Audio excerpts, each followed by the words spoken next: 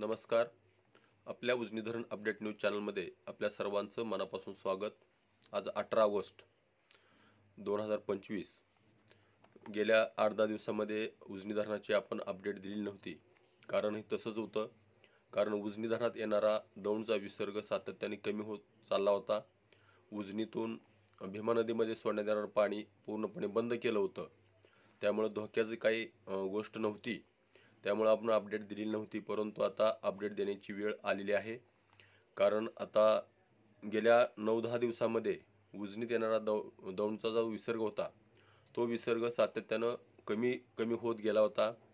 काही दिवस तर 1,500च्या आसपास आलेला विसर्ग आज रात्री तो विसर्ग वाढू लागल्यामुळे उजनी धरणातून भीमा नदीमध्ये पाणी सोडण्याची प्रक्रिया पुन्हा एकदा चालू होण्याची शक्यता असल्यामुळे ही आपण अपडेट देतोय.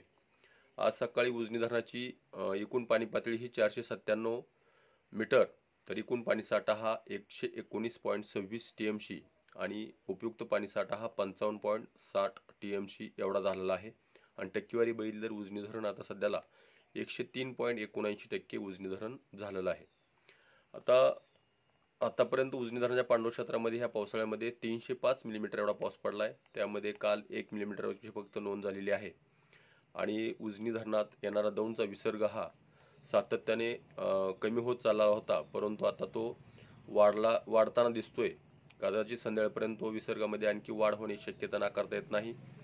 आणि पुढील 4-5 दिवस मुसळधार पावसाचा इशारा हवामान खात्याने दिल्यामुळं उजनी धरणात येणारा दौंडचा विसर्गामध्ये आणखी वाढ होऊन भीमा नदीमध्ये पाणी सोडण्याची प्रक्रिया चालू होईल. तसेच नीरा खोऱ्यातील धरणाची ही परिस्थिती पूर्णपणे 5ही धरणं जवळपास 100% झालेली आहेत. उजनीच्या वरील असणारी 19 धरणं ही 100% पूर्णपणे झालेली आहेत. त्यामुळं पडणारा पाऊस, येणारं पाणी पूर्ण डायरेक्ट आपल्या उजनी धरणात येणार असल्यामुळं आणखी पुराचा धोका आणखी निर्माण होऊ शकतो. कारण उजनी धरणात येणारा दौंडचा विसर्ग रात्री हा 1495वर आला होता, परंतु तो आता सध्याला 6275 क्युसेकचा विसर्ग दौंडमधून उजनीच्या दिशेने येतोय. तो विसर्ग पोहोचायला तो थोडाफार वेळ लागेलच, परंतु सध्याला उजनी धरणातून पॉवर हाऊस नदी पूर्णपणे बंद केल्यामुळं उजनी धरणात जी टक्केवारी आहे ती वाढताना दिसते. आणि कालवाही 300 क्युसेक फक्त ठेवला आहे, बोगदा 400 क्युसेक ठेवला आहे. आणि 2 योजना आहेत ते 180 आणि 80 क्युसेकच्या चालू आहेत.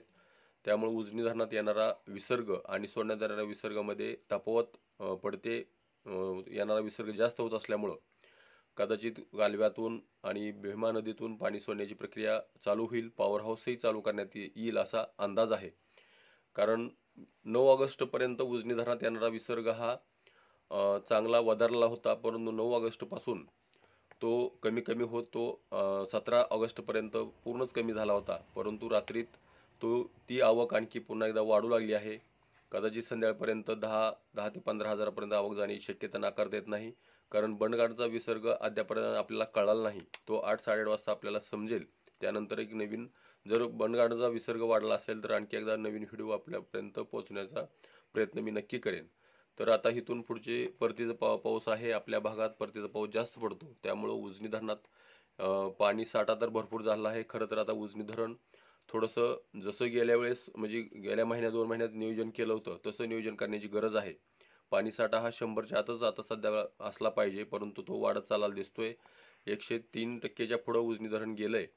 त्यामुळं आता येणारं पाणी खाली सोडण्याशिवाय पर्याय नाही. अचानक जर पाऊस वाढला, अचानक पाणी आलं तर पूर परिस्थिती निर्माण होऊ शकते.